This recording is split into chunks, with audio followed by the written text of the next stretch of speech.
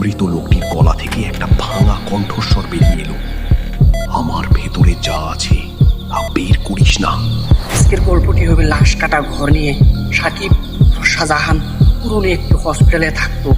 তাদের সাথে লাশ কাটার সময় তাদের সাথে কি হলো না হলো সম্পূর্ণ ভিডিওটা দেখলে আপনারা বুঝতে পারবেন। হ্যাঁ গাইস, আরেকটি কথা, আমি এত কষ্ট করে ভিডিওগুলো বানাই, কিন্তু আপনারা ভিডিওগুলো দেখেন কিন্তু ফলো করেন না। আর ফেসবুক পেজটা দয়া করে ফলো করবেন। আপনাদের জন্য ভালো ভালো গল্প আমি উপহার দেবো। আশা করি এই গল্পটিও আপনাদের ভালো লাগবে। তো চলুন বেশি কথা বাড়াই না, চলুন শুরু করা যাক। হাসপাতালের করিডোর, সময় রাত 2:30।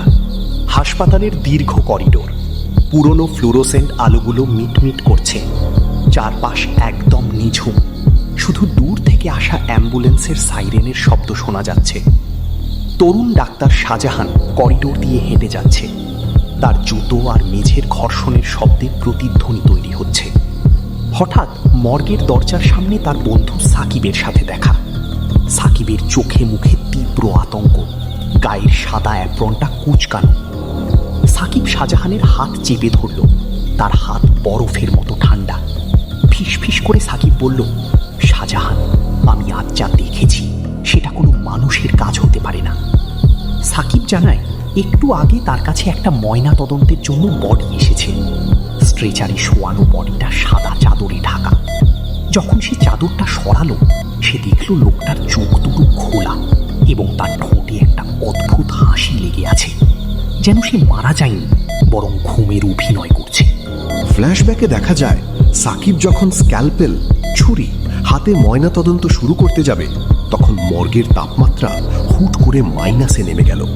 স্টোর রুমের লোহার ড্রয়ারগুলো নিজে নিজেই কাঁপতে শুরু করলো। হঠাৎ করে সেই মৃতদেহের হাতটা নড়ে উঠে সাকিবের কবজি শক্ত করে চেপে ধরল। মৃত লোকটির গলা থেকে একটা ভাঙা কণ্ঠস্বর বেরিয়ে এলো, আমার ভেতরে যা আছে তা বের করিস না, ওটা জাগিয়ে দিলে তুই আর ফিরতে পারবি না।